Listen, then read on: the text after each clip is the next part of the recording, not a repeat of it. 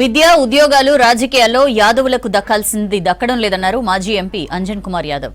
BC కులగణన చేసిన రేవంత్ రెడ్డికి కృతజ్ఞతా సభను నిర్వహించారు. సోనియా గాంధీ నిర్ణయం తీసుకుంటే తెలంగాణ వచ్చిందని, రాహుల్ నిర్ణయం తీసుకుంటే బీసీ కులాల లెక్కలు తేలాయన్నారు. రేవంత్ రెడ్డికి అండగా ఉన్నది యాదవులేనన్నారు. రెడ్లకు ఇంకెన్ని మంత్రి పదవులు ఇస్తారన్నారు. బీసీలకు తగిన ప్రాధాన్యత ఇవ్వాల్సిందేనన్నారు అంజన్ కుమార్ యాదవ్.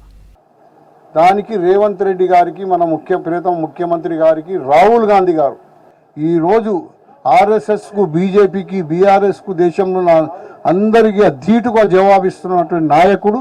ఇవాళ ఎవరు ధైర్యం కాదు, కులగణన చేయాలని చెప్పే ధైర్యం ఎవరికి లేదు. అది కేవలం రాహుల్ గాంధీ చెప్పినందుకు అవుతుంది. ఇక్కడ ఎవరు చేయరు. ఆ మహానాయకుడు తీసిన డిసిషన్కు అందరూ ముక్కు కోసుకొని చేస్తున్నారు. రేవంత్ రెడ్డి గారు మన ముఖ్యమంత్రి గారు గట్టిగా నిలబడి చేస్తున్నారు. తెలంగాణని ఇయ్యనియలే, ఎన్ని ఇబ్బందులు పెట్టారు. సోనియా గాంధీ గారు డిసిషన్ తీసుకుందని ఈ తెలంగాణ వచ్చింది. రాహుల్ గాంధీ డిసిషన్ తీసుకుందని కులగణన అవుతుంది. ఇదే రేవంత్ రెడ్డి గారికి ఆ రోజు కష్టకాలంలో నిలబడ్డదవరా మన యాదవ స్వరంలో నీ సిటీలో అండగా ఉన్న అలా సామాజిక వర్గం వల్లే ఆయనకు నిలవనియలే. ఈ రోజు వచ్చి భజన కొడుతున్నారు అందరూ రేవంత్ రెడ్డి గారికి. ఎవరు అందరూ వ్యతిరేకం చేసిన వాళ్ళే. మనమే నగరంలో జంట యాదవ సోదరం మేమందరం కూడా నిలబడి ఆయన నిలదొక్కొని ఇచ్చినాం. ఈరోజు ముఖ్యమంత్రి అయ్యాడు. నేను అనేది ఏంటి, ఇప్పుడు మనకు కావాల్సిన వాటా కావాలి. అలా సేవ చేసుకుంటే మనం ఉన్న ఇన్ని రోజులు వాళ్ళకి ఇది ఏంటంటే ఇప్పుడు మనం ఓన్ తీసుకుని మన యాదవులు మన దగ్గర తీసుకొని చేస్తుంటే ఓ రోజు తెలియరు వాళ్ళు. సెకండ్ పాపులేషన్ ఉందంటే మనకి ఎన్ని కావాలి మంత్రులు? ఒక రాజ్యసభతో అయిపోతుంది.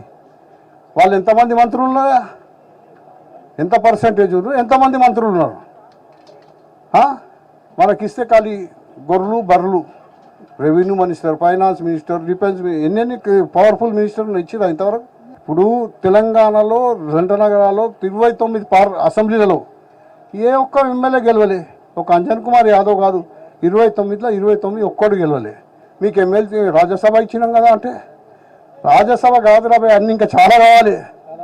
అందరికీ యూత్ అందరికీ అకామిడేషన్ కావాలి, పీసీసీ కార్యవర్గంలో కావాలి, ఎమ్మెల్సీలలో కావాలి, కార్పొరేషన్ చైర్మన్లలో కావాలి.